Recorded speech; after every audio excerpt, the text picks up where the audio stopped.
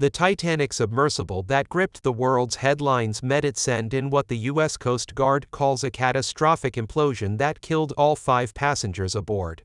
But the search that led to this discovery and the race against time to find the passengers alive became a 5-day multinational rescue operation that captured global attention. Not least due to the connection to the Titanic, the unsinkable British ship that met its tragic ending in 1912. Here's how it all unfolded, and what we know so far about what happened. This is an incredibly complex search operation.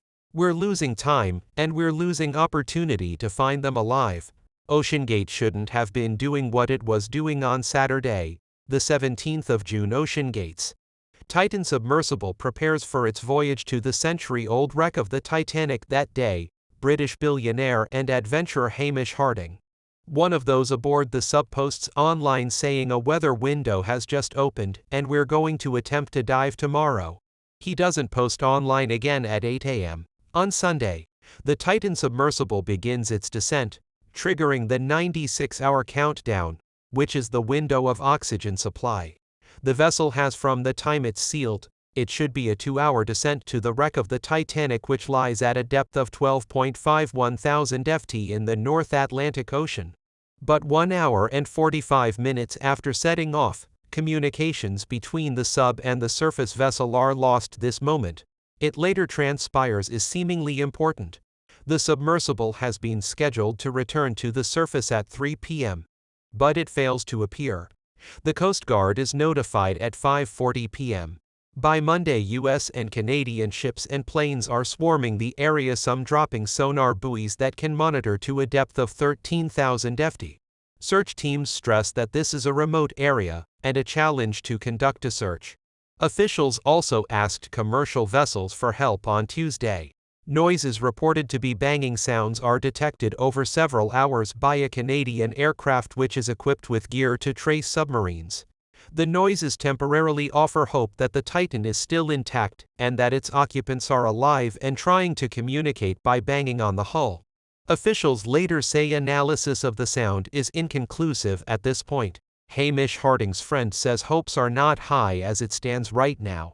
It would be a miracle if they had recovered alive at 2 a.m. On Wednesday, the U.S. Coast Guard announces it's deploying remotely operated vehicle searches to the area where the sounds were detected. A French research ship equipped with a deep-sea diving vessel makes its way to the search area.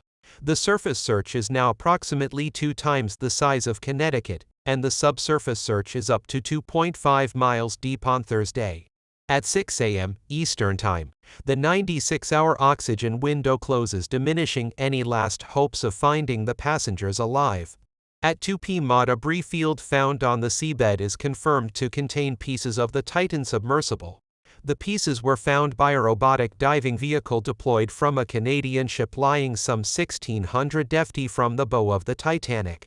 The U.S. Coast Guard confirms the debris is consistent with the loss of the pressure chamber and an implosion, and that there were no survivors.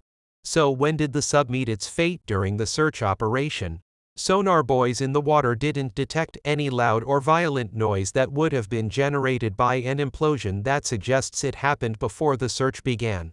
The position of the debris field near the Titanic seems to suggest the failure occurred near the end of its descent all the way back on Sunday around 9:45 am, when contact with the sub was lost separately. It's been reported that acoustic data detected by the U.S. Navy had an anomaly consistent with an implosion or explosion near the submersible's location when its communications were lost. In an interview with Reuters, James Cameron, who directed the Oscar-winning movie Titanic and has ventured to the wreck in subs himself, said he learned of the acoustic findings within a day and deduced what it meant.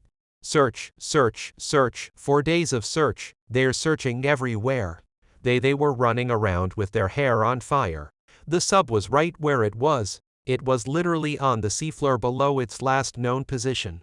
Look, Monday morning, when I first found out about the incident, within an hour and a half, I had the following information. They were on descent. They were at 3,500 ft. They lost comms and tracking. We got confirmation within an hour that there had been a loud bang at the same time that the sub was, that comms were lost. I knew what happened. Sub imploded. I sent emails to everybody. I know. I said we've lost some friends. The sub has imploded. I really hoped and prayed I was wrong, but I knew it was.